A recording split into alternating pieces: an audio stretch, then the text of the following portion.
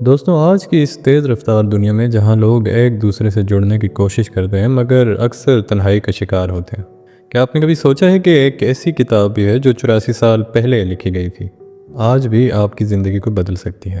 جی ہاں، deal Carnegie کی مشہور کتاب how to influence and influence people یہ ایک ایسی کتاب ہے جو انسانی رشتوں کی دنیا میں انقلاب برپا کر دیتی ہے۔ اگر آپ اپنی سوشل انٹیلیجنس کو بڑھانا چاہتے ہیں، لوگوں پہ مثبت اثر ڈالنا چاہتے ہیں اور لیڈرشپ کی صلاحیتوں کو بہتر بنانا چاہتے ہیں تو یہ کتاب آپ کے لیے ایک بائبل کی طرح ہے۔ اس ویڈیو میں اس کتاب کی مکمل سمری پیش کروں گا جو ہر چیپٹر اور اہم پوائنٹ کو کور کرے گا۔ ویڈیو دیکھنے کے بعد آپ فخر سے کہہ سکیں گے کہ آپ نے یہ کتاب پڑھ لی ہے۔ اس سے آپ نہ صرف روزمرہ کی زندگی میں بہتر رشتے بنا سکیں گے بلکہ آپ کی ذاتی اور پیشہ ورانہ زندگی میں ایک نئی توانائی آئے گی۔ تو چلیے شروع کرتے ہیں۔ پہلے ہم دیکھتے ہیں کہ یہ کتاب کیوں آج بھی اتنی اہم ہے۔ اس کتاب کو دنیا کی سب سے زیادہ فروخت ہونے والی کتابوں میں شمار کیا جاتا ہے اور اس کی وجہ یہ ہے کہ انسانی فطرت کبھی بدلتی نہیں۔ ہم سب جذبات کی مخلوق ہیں اور ہماری زندگیاں دوسروں کے ساتھ جڑی ہوئی ہیں۔ پاکستان اور ہندوستان کی ثقافت میں جہاں خاندانی رشتے، محلے کی دوستی اور بازار کی بات چیت روزمرہ زندگی کا حصہ ہے، یہ کتاب خاص طور پہ مفید ہے۔ مثال کے طور پہ رمضان کے مہینے میں جب لوگ افطار کی دعوتوں میں ملتے ہیں تو ایک چھوٹی سی تاریخ یا مسکراہٹ رشتوں کو مزید مضبوط کر سکتی ہے۔ آج کی سائنس بھی اس کی تصدیق کرتی ہے۔ ہارورڈ یونیورسٹی کی ایک تحقیق کے مطابق مثبت رشتے انسانی صحت اور خوشی کے لیے بہت ضروری ہیں، اور وہ لوگ جو اچھے رشتے بناتے ہیں ان کی عمر لمبی ہوتی ہے۔ تو یہ کتاب نہ صرف تاریخی ہے بلکہ سائنسی بنیادوں پہ بھی کھڑی ہے۔ اب ہم کتاب کے پہلے حصے کی طرف بڑھتے ہیں جو انسانی رشتوں کو سنبھالنے کی بنیادی ٹیکنیکس بتاتا ہے۔ اس حصے میں 3 چیپٹرز ہیں جو ہمیں بتاتے ہیں کہ لوگوں کے ساتھ کیسے ڈیل کیا جائے تاکہ رشتے بگڑنے کے بجائے بہتر ہوں۔ پہلا چیپٹر ہے تنقید، مذمت یا شکایت نہ کریں۔ لوگ خود پہ تنقید برداشت نہیں کرتے، چاہے وہ کتنے ہی غلط کیوں نہ ہو۔ وہ جذبات کی مخلوق ہے اور ان کی انا اور فخر انہیں تحریک دیتا ہے۔ تنقید کرنے سے لوگ دفاعی ہو جاتے ہیں اور اپنے اعمال کو جواز پیش کرتے ہیں۔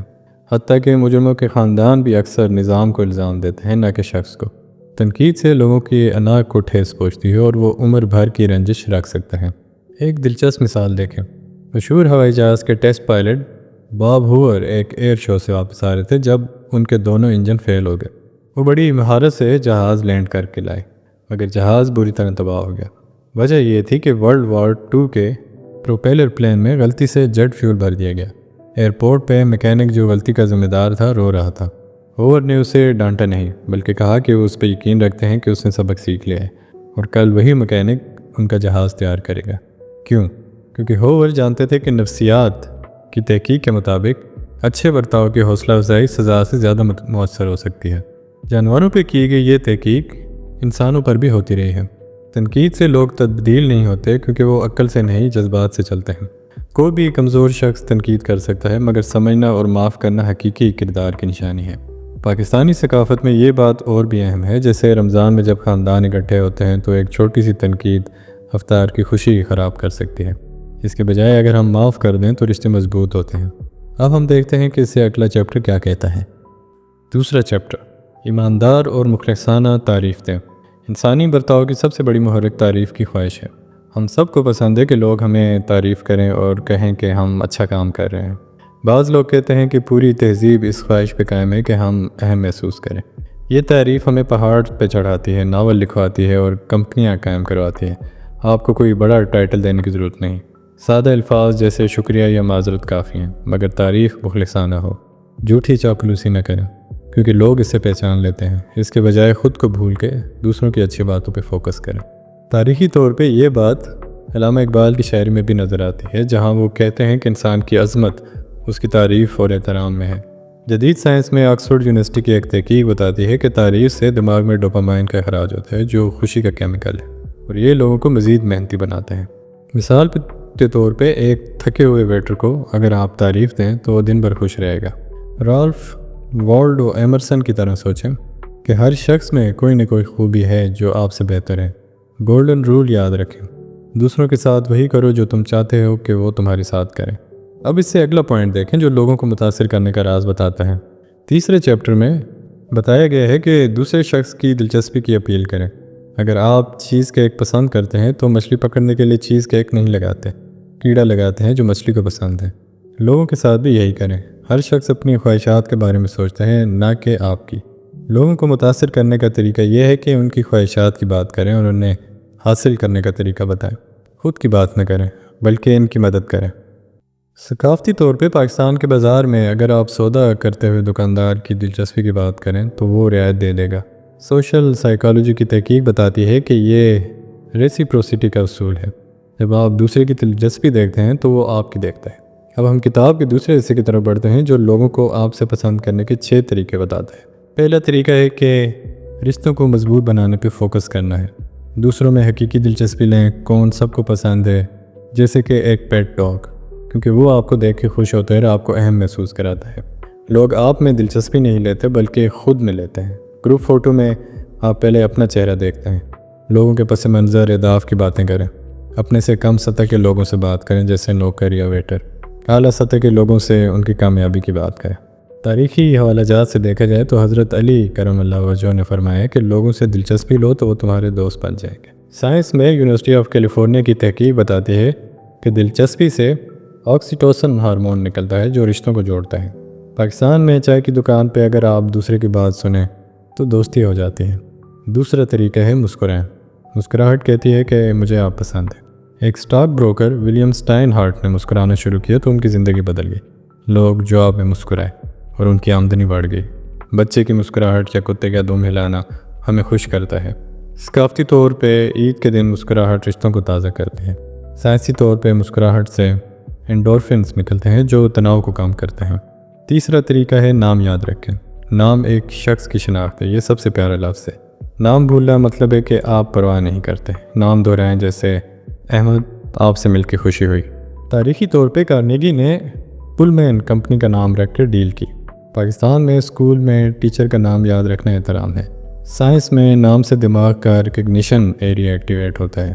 چوتھا طریقہ ہے اچھے سامع بنیں، دوسروں کو خود کی بات کرنے دیں، ایک اچھا لسنر بنیں۔ لوگ اپنی زندگی کو سب سے اہم سمجھتے ہیں، ان کی مشکلات کی بات کریں، تعریف کریں۔ پانچواں طریقہ ہے دوسروں کی دلچسپی کی بات کریں، تحقیق کریں اور ان کی دلچسپی پہ بات کریں۔ یوٹیوب چینل پہ سبسکرائبرز کی دلچسپی کی بات کریں تو وہ سبسکرائب کرتے ہیں۔ سائنس میں یہ میررنگ کا اصول ہے۔ چھٹا طریقہ ہے دوسروں کو اہم محسوس کروائیں، مخلصانہ۔ لوگ خود کو برتر سمجھتے ہیں، ان کی اہمیت تسلیم کریں۔ اب ہم تیسرے حصے کی طرف جو لوگوں کو اپنے خیالات کی طرف لانے کے لیے 12 طریقے بتاتے ہیں۔ پہلا، بحث سے بچیں۔ بحث میں جیتنے سے نفرت پیدا ہوتی ہے۔ 9 میں سے 9 بار لوگ اپنے خیال پہ قائم رہتے ہیں، اتفاق کی جگہ ڈھونڈیں۔ تاریخی طور پہ ابراہم لنکن بحث سے بچتے تھے۔ سائنس میں بحث سے کورٹیسول بڑھتا ہے جو تناؤ کا ہارمون ہے۔ دوسرا، دوستانہ آغاز کریں۔ غصے کو جنم دیتا ہے۔ فار ایگزامپل، ایک کرایہ دار نے لینڈ لارڈ کی تعریف کی تو اس کا کرایہ کم ہو گیا۔ تیسرا، دوسروں کو خیال کا احترام کریں۔ کبھی نہ کہیں کہ تم غلط ہو۔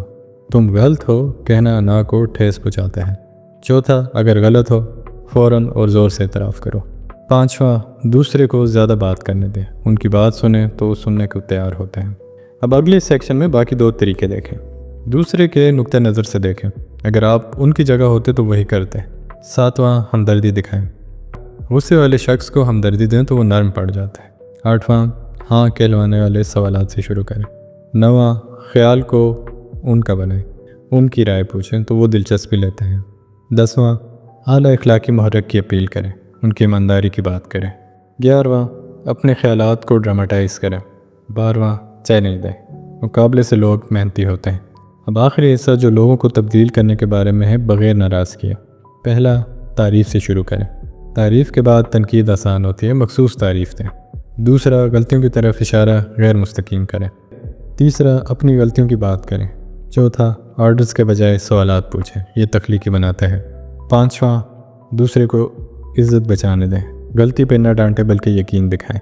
چھٹا، ہر چھوٹی بہتری کی تعریف کریں، مخصوص تعریف دیں۔ ساتواں، اچھی ساکھ دیں، تم اچھے سیکرٹ کیپر ہو، کہنے سے وہ ایسا بن جاتا ہے۔ آٹھواں، غلطی کو آسان لگنے دیں، ٹیلنٹ کی بات کریں، پریکٹس کی۔ نواں، دوسرے کو خوش کر، اس کے کام سے دونوں کی دلچسپی کی بات کریں۔ یہ کتاب ہمیں سکھاتی ہے کہ انسانی رشتے جذبات پہ قائم ہیں۔ اب ہم دیکھتے ہیں کہ یہ اصول روزمرہ کی زندگی میں کیسے استعمال ہو۔ پاکستان میں جہاں خاندانی دباؤ اور کام کی جگہ کی سیاست عام ہے، یہ اصول مدد کرتے ہیں۔ مثال کے طور پہ آفس میں اگر باس کی تعریف کریں تو پروموشن مل سکتا ہے۔ سائنس میں نیورو سائنس کی تحقیق بتاتی ہے کہ یہ اصول دماغ کے ریوارڈ سسٹم کو ایکٹیویٹ کرتے ہیں۔ تاریخی طور پہ قائد اعظم نے بھی لوگوں کو متاثر کرنے کے لیے احترام استعمال کیا۔ اپنی زندگی میں انہیں آزمائیں، آپ دیکھیں گے کہ رشتے بدل جائیں گے۔ تو یہ تھا ڈیل کارنیگی کی کتاب کا ایک چھوٹا سا سروے جو ہمیں سکھاتی ہے کہ لوگوں کو جیتنے کا راز محبت، احترام اور ہمدردی میں ہے۔ اگر آپ ان اصولوں کو اپنائیں گے تو آپ کی زندگی میں ایک نئی روشنی آئے گی، رشتے مضبوط ہوں گے، کامیابی ملے گی اور آپ خوش رہیں گے۔ یاد رکھیں، انسانی فطرت بدلتی نہیں مگر ہم بدل سکتے ہیں۔ اگر آپ کو یہ چھوٹی سی ویڈیو پسند آئی ہو تو اسے زندگی میں انہیں عملی طور پہ آزمائیں اور دیکھیں کیا معجزہ ہوتا ہے۔ اگر یہ ویڈیو پسند آئی ہو تو لائک کریں، کمنٹ کریں اور چینل کو سبسکرائب کرنا مت بھولیے گا۔